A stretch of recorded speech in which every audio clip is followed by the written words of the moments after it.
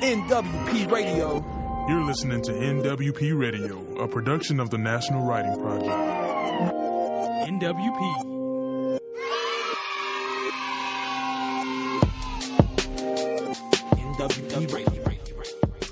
Okay, everyone, and welcome to another episode of The Right Time. It's our one-of-a-kind location where the National Writing Project educators are given opportunities to interview the writers that they admire. So guess what? Today's show is more than just another episode. It's a belated birthday present to me. I turned 49 last Tuesday, and I thought to myself, what would be better than having no other than the rooster, Kwame Alexander, as a guest on The Right Time. His name is Kwame Alexander, man. His name is Kwame Alexander, man. There's a million things he's gonna write. Just you wait, just you wait. I stole that. All right. The Great Whatever did its magic. And once again, lo and behold, my co-host Tanya recruited a teacher for this month's interview. And guess what? It turns out that Tyler Jones not only teaches at the corner of First and Muhammad Ali in Louisville, Kentucky, he also teaches at the very school where I taught for over 10 years. Brown School, Louisville. I'm beyond proud knowing that today we are bringing this show to our national audience. Tanya, this is kind of unbelievable, right? This is unbelievable, Brian. I feel so honored to be doing this, and it's February, the month of love, and I love Kwame and his work, and Tyler, who's an amazing teacher, and the opportunity every month, Brian, to work with you with great teachers and authors. And this is going to be a delight. So we should move it along, and you should tell listeners all about Kwame. Excellent. So I've gone from Louisville to Connecticut, and this week I can't wait to celebrate becoming Muhammad Ali with several students who are going to be attending the MLK Youth Leadership Academy at Fairfield University, as well as Lee Savoy's 5th grade class. And I am thrilled to introduce one of my favorite writers of all time. Kwame Alexander is a poet, educator, and the New York Times bestseller author of 35 books, including the Caldecott Medal and Newbery Honor-winning picture book, The Undefeated. Illustrated by Kadir Nelson, the Newbery Medal-winning novel, The Crossover, booked a National Book Award nominee, and the novel Becoming Muhammad Ali, which is co-authored with James Patterson. He's just also an incredible human being, mentor, and friend who keeps me dreaming of saying yes on a daily basis. Kwame is a regular contributor to NPR's Morning Edition and the recipient of numerous awards and honors, including the Coretta Scott King Author Honor, 2 Lee Bennett Hopkins Poetry Prizes, 3 NAACP Image Award nominations, the 2017 inaugural Pat Conroy Legacy Award. Kwame's belief is in the power of poetry and literature to inspire, engage, and empower young people, and is the guiding force behind the Kid Lit Black Lives rallies that Houghton Mifflin Hardcore Books for Young Readers, whose mission to change the world one word at a time. He's led a cultural exchange to several locations, delegations to Brazil, Italy, Singapore, and Ghana, where he built the Barbara E. Alexander Memorial Library and Health Clinic as part of Leap for Ghana, an international literacy program he co-founded. Currently, he lives in the UK, where he is the writer in residence at the American School in London. Whew. I think I just undersold this guy. I mean, he's more amazing than I could ever articulate. So I'm thrilled to know that Tyler Jones is in the house.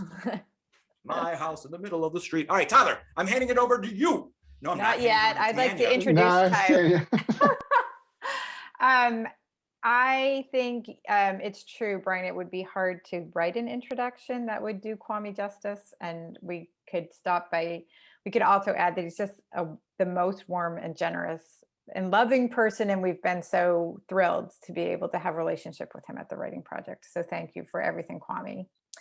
And I feel much the same way about Tyler Jones. Tyler, for 12 years, has been striving to influence the lives of his students. He's mostly taught 5th grade for Jefferson County Public Schools in Louisville, Kentucky. The National Writing Project, C3WP, Louisville Writing Project, and MICFA Challenge are some of the organizations and projects that Tyler has been working with lately while going back to school to get an endorsement in teaching gifted and talented students. Education is very important to Tyler, and he holds a master's degree in elementary education from the University of Louisville, a BA in History and Social Studies from Western Kentucky University, and a BS in Accounting Information Systems from Virginia Tech University. That is all true. And it's also true that Tyler is an amazing force for goodness and for helping kids find their voice in 5th grade. And I think Tyler and Kwame are a perfect match to talk about Kwame's new book. So I now will turn it over to Tyler, who will start by giving us a writing invitation for us to think about during tonight's episode. Absolutely, it's an honor, and I just think it's just hilarious that we're both Hokies. I would love to hear that story someday, but I understand that we have some time. We are, but you know what? Nobody calls it Virginia Tech University. Who wrote that in the bio? I was trying to be professional. Virginia Polytechnic Institute, right? That's what I really you spent a lot of time in Pamplin Hall. Yeah, man. Yeah, that business, baby. Oh my gosh, yes. So those were the days. Those were the days. So mantras, words you say to yourself constantly for a multitude of reasons and outcomes. I'm the greatest, or my face is too pretty to get it hit. Great Eddie Herman's, know who you are and whose you are and where you came from are some. What are some of your mantras? How do your books facilitate the journey for kids to recognize theirs or create or find theirs? How should teachers guide students to find ones that mesh and hold their identity? If you would like to pause here on the show right now and write yourself some answers to this, we are going to do the same. All right, we're going to leave you guys to the interview. My screen. Right, that's Awesome what I need prompt. to do. Okay. And Brian and I will disappear, and Tyler and Kwame, enjoy your conversation. Awesome.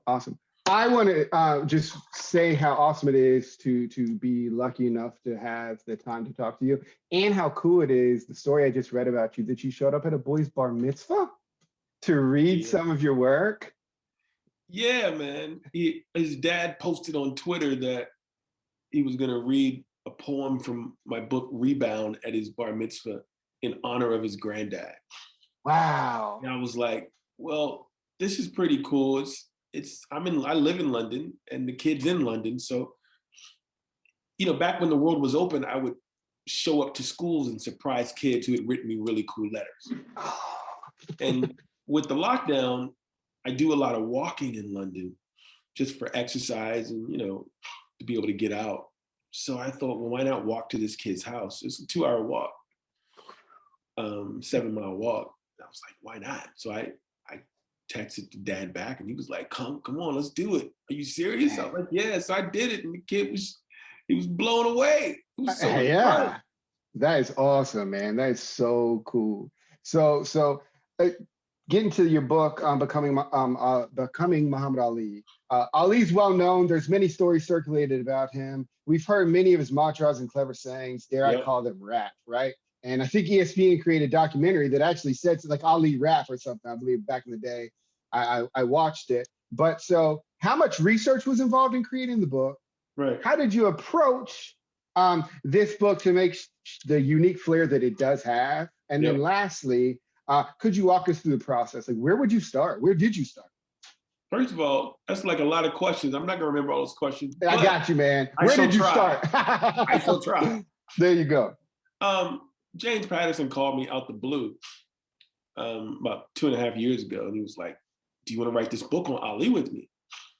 And I thought about it, and when I was 12 years old, my dad had made me read his college dissertations, and I'd fallen out of love with reading, and I didn't think it was fun anymore. And I discovered the Autobiography of Muhammad Ali called The Greatest, and I couldn't put it down, and I loved it, and it sort of rekindled my love with books. So when Patterson called me and said, "Do you want to write this book on Ali with me?" He reminded me, he gave me that story verbatim. He had heard me give it in a speech. I was like, oh, this is interesting. He knows my history with Ali. And then he told me what his approach was going to be. He said the same thing you just said. We all know about Ali as a heavyweight champion, but we don't know about his life as a kid. We don't know a lot about how he became the greatest. So he said, we're going to write about his childhood. And I was hooked. I was like, let's do it. And I flew to Louisville. I went to the Pink House on Grand Avenue in the West End, where Ali was raised, and the house where he grew up in. And the house is now a museum, but it was closed that day. So I just started peeking in the windows and I saw the furniture that's still there. I went in the backyard and peeked in the back door and saw a poem on the wall he had written, and just walked around the neighborhood, met some of his neighbors. Then I went to the Brown Hotel. Well, no, I went to Chickasaw Park, walked around there. Then I went to the Brown Hotel and stayed in the Muhammad Ali suite, slept in Ali's bed, took a bath in his tub, just tried to immerse myself in all things Ali. And then his wife, Lonnie, gave me access to some oral history tapes of some of Ali's friends when he was a kid. Oh, cool. And man, it's just so many cool stories. So it was a combination of immersing myself in Cassius Clay's life in the city of Louisville and listening to those tapes and doing a lot of reading. Man, those tapes must have been an amazing rabbit hole to jump into, right? Yo, I mean, the stories, Like, these old Black men in their 70s and 80s telling these stories about being friends and kids with Ali back in the day. And you know, they told us one story about, you know, stuff you're never gonna get unless you get it firsthand sources, because nobody's written about it. And so they're talking about playing hockey in the street with a tennis ball, talking about, you know, tennis ball going down a storm drain, and kid down to get it, and the storm drain blows up in his face.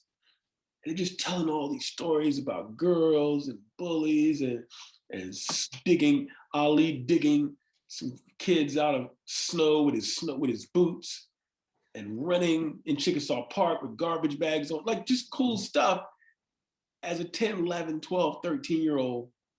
And so that's when I knew this is gonna be a book that nobody will have, you know, documented and written about these things before. So this is gonna be unique in that way. And that was exciting to me. man, I had I totally get you. I love where you said, you know, stuff you're never going to get unless you get it from the source, right? So going and finding that is so mining for those stories, right? I had a second question, but really, the bond between Lucky and Cassius, because you kind of bring that up, right? It made me really think back to my childhood, right? And like kicking in on the basketball courts and just getting to know people. So I guess what I'm going to jump to this one and just ask you, like, how much do you draw from your own personal experiences, and how do those come out in your writing? Like, because, you know, you talked about Ali, so what about you? And then using yours with Ali. Yeah. When I'm writing about kids, you know, when I'm writing about young men, if you know, in most of my novels, it's made up, it's fiction. This was historical fiction, so there's some truth to it.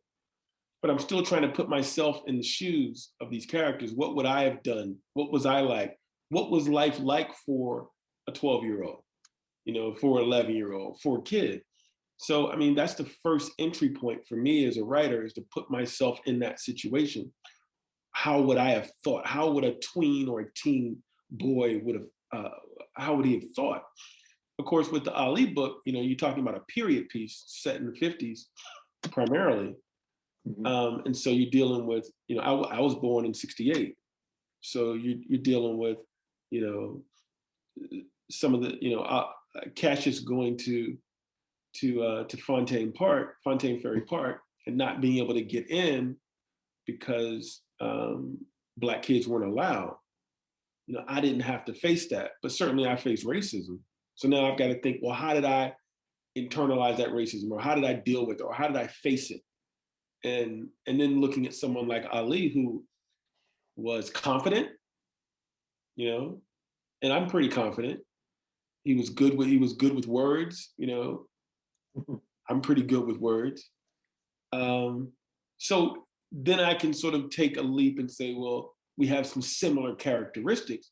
Well, this is how I would have handled being in Fontaine Park at the fences and not being able to get in and staring at all these white kids having fun. Well, this is how I would have handled it. So I got to take a little bit of license and bring myself into it, and that's how I would have done it. But using your own personal experiences, but mixing those from what you gathered, which was crazy, because me being from Louisville and hearing those words, you know, the white park, the black park, and just, it was so fascinating. I Right. loved that part of it.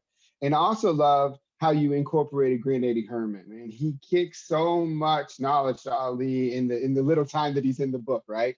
And Right. to me, it reminded me of Chuck Bell's grandfather from Rebound. Oh, snap. Yeah, man. You made that connection. And so I was going to ask you, did you make that connection when you were writing it? Because it just, to me, seems so relevant and out there for me. Dude, you're right. I didn't make that connection.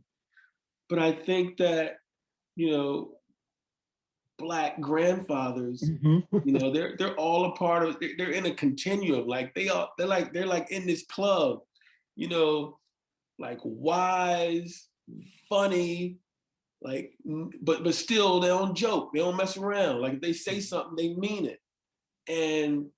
And grumpy sometimes, you know, and loving and caring, can do anything, can build anything. And ornery, you know, so yeah, I definitely see the connection. And even with my own grandfather, my own grandfather was really the basis for Chuck's grandfather. Oh, okay. So that did come from there. But you're right, I can see that connection now that you bring it up. Yeah, it's like the, you know, time travel machine to go back and just spend more time, hear those stories. Because when we're younger, we don't want to listen to it. We're like, ah, man, you know, whatever. So we're fighting that, but it's like the wisdom they're kicking, what they got going on, they're the OGs for us. So it's like, okay. And now that you get to write about that. So I think that's amazing because now kids are reading your books, right? And they're getting that knowledge that your grandpa gave you. Right. So it's like, it's, you know, it's almost, you know, just passing it along down the line. Passing it along down the line. You think about it. That's what it is. Did you gain any specific wisdom from becoming Ali, or what wisdom did you hope kids would gain from? Oh yeah. Speaking about that wisdom, you know what I mean? Absolutely. Absolutely. My favorite quote. Yeah. I am the greatest, not because I am better than anyone, but because no one is better than me. Mm-hmm. And that's I carry that with me, man. I believed that all my life, but I was never able to articulate it until I started researching and writing the Ali book. Like you can be great, you can be arrogant in your greatness, but not arrogant in a way that I'm saying, Tyler, you aren't the man. Mm-hmm. No, you can be the man too, but I'm the man. So I'm the man, but it has nothing to do with me saying you aren't the man. We both can be the man. We got to believe in ourselves, mm-hmm. you know? And so that was one of the biggest things that I was reminded of working on the Ali book. Okay. And then passing that on to children, like y'all are in a situation where you can get mad. And people are going to try to beat you down and they're going to get mad if you think you are the man. Right. But that's got nothing to do with you. That's their problem. That's their problem. Right? Never let anyone lower your goals. Always shoot for the sun and you will shine. And passing on that confidence, like makes me think of Ali. I think he just personified, I'm here, I'm pretty, I'm gonna speak my mind. And it makes me think about your poem in the book, The Two Louisvilles, which in many ways parallels the two Americas. And with that noted, what are your perceptions of Louisville and your experiences here? Just because I got to ask the Louisville question real quick. You know, I got the Kentucky shirt on, but I'm in Louisville. Yeah. Louisville now? Yeah, when you've been to Louisville, so, you know, like obviously you walked around the city, you tried to get into its shoes. What vibe did you get from that? You know, and the crazy part, I guess my second question following that is, you were here pre-Breonna Taylor. And so my next question is going to bring that up. So it's kind of just really cool that you started this because so much of that book really talks about it. I went as sort of this privileged writer, this guy who was there to research, and a time before that, I was there to speak at Spalding, you know, giving a keynote speech at Spalding.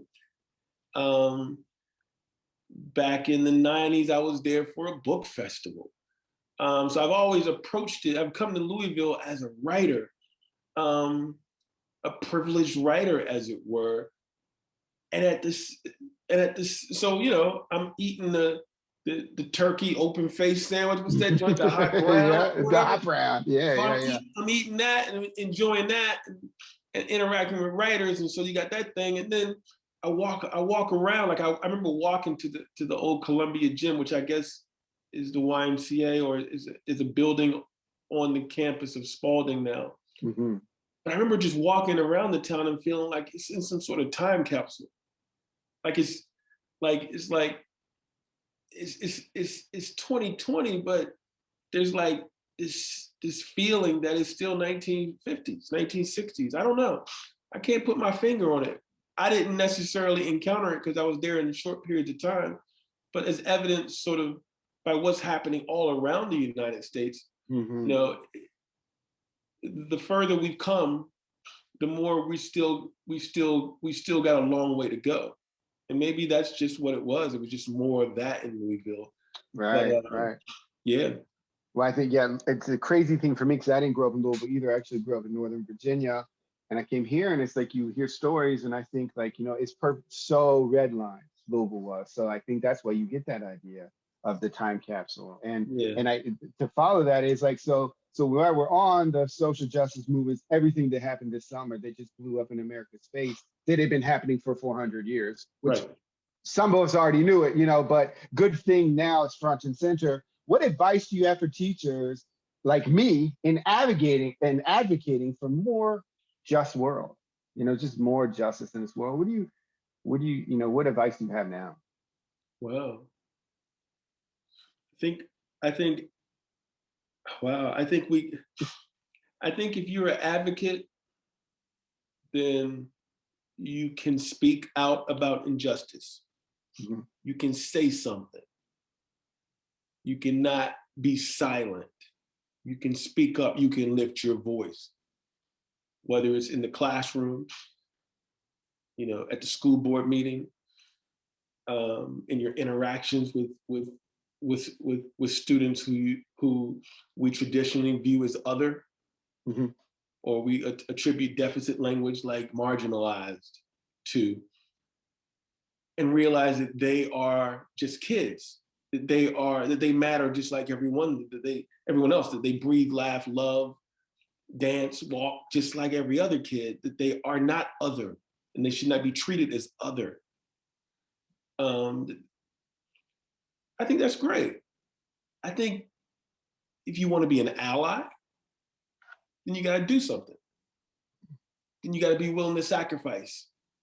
You got to be willing to do what Black people have been doing, you know, since they came to this country.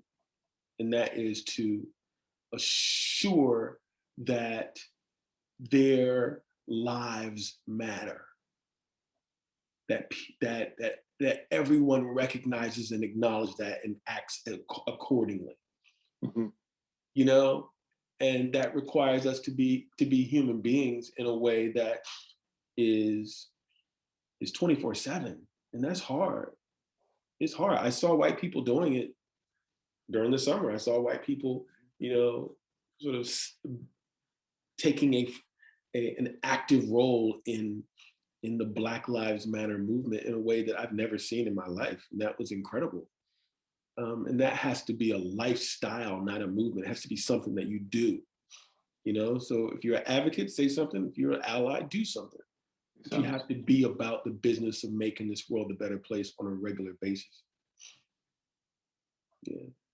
Totally. And transferring that to kids, right? Giving them a voice, letting them figure out that their life matters, like you said earlier, and then showing them, especially even through reading or poetry, right, that they can express themselves and that they have a right to.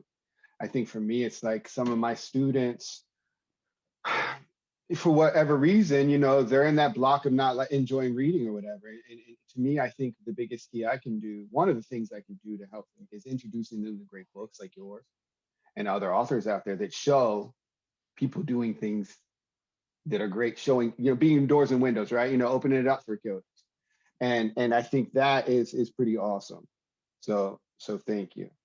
A question about the dual authorship. To me, it seems like it could be creative challenge, but also have some amazing benefits. And so could you tell us about what it was like to work with James Patterson And as a reader, I assume you wrote the that you wrote the verse and he wrote the prose. Could you walk me through that? How's that process? It was the other way. It was the other way around. My bad. I read that wrong. Yeah. He wrote the poetry. I wrote the prose. No. I love collaborating, man. Mm-hmm. You know, I love working with other authors and working on things. I'm very inspired by that. But with this particular process, he outlined, once we knew it was going to be about Cassius Clay and his childhood, mm-hmm. James Patterson is a master storyteller. So he outlined, you know, the entire story, beginning, middle, and end, sort of the basics of what was going to take place. And then it was sort of up to me to find Ali's voice and to fill in some of the basic elements of his life with a story, with a narrative. And so Jim would write the first chapter, Lucky's chapter, in prose. Mm-hmm. He'd send it to me, and then I'd write Ali's chapter in verse. And then we just went back and forth. Crazy. So you had the outline, and so you knew what to, like, just what was coming next. So you got to fit his life story in between those chapters. Right. And so there were a couple times where, there was one time in particular where I think Jim had sent me a chapter and it wasn't working for me. Mm-hmm.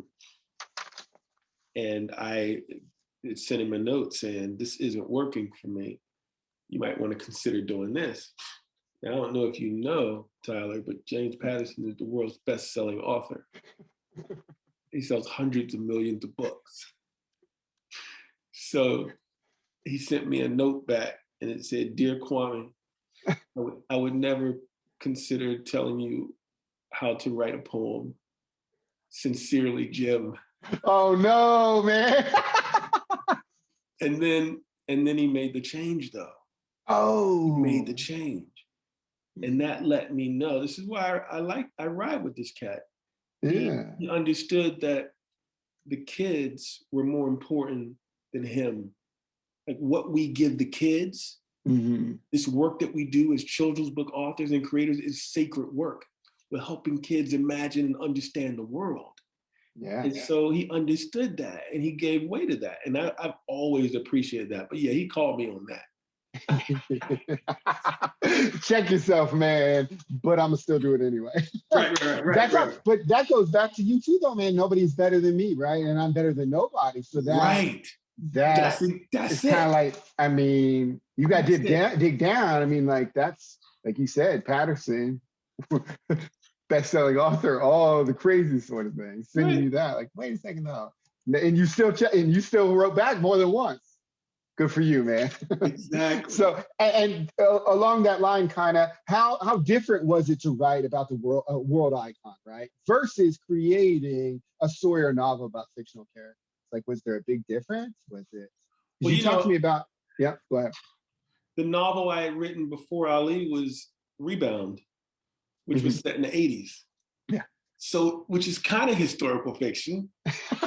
So I had sort of been in that mode of writing, of going back in time and looking at a certain period of time. So I think that helped. But I found it to be easier to write historical fiction because there are some parameters, you know? Yeah. There's some parameters. And, you know, it's like writing a poem that's a haiku. It's 3 lines. Mm-hmm. It's 5 syllables in the first, 7 in the second, 5 in the third. Like you have to stay in that parameter. So writing historical fiction is the same thing. It's you got to stay within what's factual. Mm-hmm. You know, like I couldn't say that Cassius didn't have a dad. I couldn't say that his dad was a doctor. Like I had to say that he had a dad and his dad was a painter who painted signs. Mm-hmm. So that's real. So now I have that. So now I got to figure out what kind of signs did he paint? Mm-hmm. Now that can be up to me. But I also got to think what kind of shops, what kind of stores would have been in that community for him to paint the store signs. And what opportunities he would have had, because you went into that. You talked about it when he comes home. He's like, boy, I would like to be doing such and such. However, this is where I am. So here's what I do. Huh. So I love it. In fact, I'm writing another historical novel now. Oh, that is so cool. And it seems like, you know, you watch a movie or whatever and you make up stuff along the sides, right, that would have gone with it. And you get to kind of be that creative force there. Right. Man, wow. And so that brings me to a question about the poem. So you got to write, you know, he gave you the chapter, so then you end up writing the poems, right? So one of my favorite poems in it, there was many. I love that you did a Where I'm From poem, because being a National Writing Project folk, I've heard Georgia Alliance speak before, and I've been in conferences with her. So that was really cool, man. And but Tragedy was one of my favorite poems that you wrote, just because I thought that it was outstanding tool for a classroom and asking kids to use it like as a year in review. Like, could you imagine writing a poem about 2020 using tragedy as like the model? Tragedy, which poem was that? I'm sorry, man. I had the pages and took them out. Hold on, let me see. Dang it. Oh man. I'm looking forward too, because I don't even remember that. Oh, my bad. Yeah, let me see. Or you tell me what it was this about. This is a producer voice. I think it's page 152. Okay, there we go, 152. Oh, yeah. Tragedy. Oh, it's his bike getting stolen, right? Yeah. His bike getting stolen. So he talks about, so you could do that about 2020. Imagine what we were saying about. Yeah. So I went through this with so many lenses. I read it twice, you know, and then I actually did it for a project. I used it as a bibliomentor book where we just took kids that are like perfectionism and then, you know, kids that are underrepresented in gifted program, and look at this dude, look how confident he was, walking his shoes. That's deep. Yeah. But so, yeah, 2020, or excuse me, Tragedy 2020, I really thought that was awesome. And then Regiment, just where it shows you that all of his hard work is what paid off. Right. Muhammad Ali, he wasn't magic, right? Cassius Clay, as young kids, I think showing them all of his hard work was one of the best things you did. Yeah, because it makes him accessible. It makes it real. He's not just this heavyweight champion, this icon, this activist, this hero. He was a kid. He's a kid that people were awful towards, right? He was a kid that got punked, right? Didn't do good in school. Right. Ran home to grab his report card out the mailbox. Right. Now, see, so hold on. So that, but yeah, I don't know if he did that. Who knows? He did, man, in school. I did it. I don't know if he did it, but I know he had bad grades. Oh no, the parents are coming, man. Let me jump in on that, because you know I just started. I'm doing professional development with teachers with the book right now, and we use Mama Bird, the conversation between Mama talking to Cassius Clay. Used it as a model with 5th grade kids in 20 minutes. I go into the school a week later with a mask on and everything. I go in there, their whiteboards are loaded with scripts that they have written based on conversations that they've had with people in their lives, all because of that poem. And I was thinking, one of the things that I've always loved most about Kwame, and this is what I've written about it, I celebrate it everywhere I go, is that his style of writing is so usable for classroom teachers to model with kids and to motivate them for their own stories. And one thing that I want to just riff on that you all said, this was an amazing interview. The one thing we have in common here, all 4 of us, but the whole National Writing Project network, is that nobody matters more than kids. And James Patterson gets it. And that's what we're about. Oh, yeah. The kids are the curriculum. The kids are the curriculum. Exactly. And I think Tyler has a final writing prompt for us. I hate that the show has to end, but. Oh, no. Yeah. I can put it up on the screen too, Tyler. That would be great. I have it somewhere. I was supposed to my notes. There we go. Okay. Here we go. Oh, okay. Yeah. So think about other poems that inspire you to dig deep, to reach into your soul and find that inner resilience, that you can't hold me downness or Mamba mentality, right? what sort of advice would you give young people on how to follow their dreams and stay determined and resilient on their path to becoming efficacious and self-actualized, the way that Ali, the way that Kwame Alexander, the way that Langston Hughes have showed us? Word. Okay, I'm gonna be writing on that tonight. Whew. Brian, I usually let you get in a last word before I have no last word. All I can say is that, I've loved Kwame Alexander ever since I first met him. Tyler, it is a pleasure to meet you. I'm so glad that you're representing Louisville and your Kentucky shirt and the Brown School. Oh man, this is beautiful. And thank you, Kwame, for gracing us with some conversation tonight. It was amazing. When I saw his question about the grandfather, I made the connection too, and I thought you were going to be on that, and I love that he stumped you. This is very enlightening for me. It's good to have this conversation. Thank you all so much. Absolutely. Thank you, sir. It's my job to end by thanking you as well. And Brian and I always text while we listen, and we were saying, oh, this is an amazing interview and a perfect pairing. And I reminded him that I did find Tyler because I knew it would be a perfect pairing, and it was even more beautiful than I thought. So I want to say thank you, Tyler, for doing the sacred work of teaching children in such a beautiful way. And I want to say thank you, Kwame, for doing the sacred work of putting these texts out in the world for children to read and enjoy and see themselves in and imagine better and more beautiful futures in. So we're so thankful for everything you do and the work that you put out in the world. Thank you. You're welcome. Finally, I want to thank listeners who are here and remind them that this show is hosted by the National Writing Project, that you can visit our website, nwp.org, and you can sign up for our monthly newsletter so you never miss a great Write Time show. You can also join our Facebook group or follow us on Instagram or Twitter, and we would love to see you in all the places. Thank you, everyone. And good night. NWP Radio. Thanks, Tanya. You're listening to NWP Radio, a production of the National Writing Project. NWP. NWP Radio.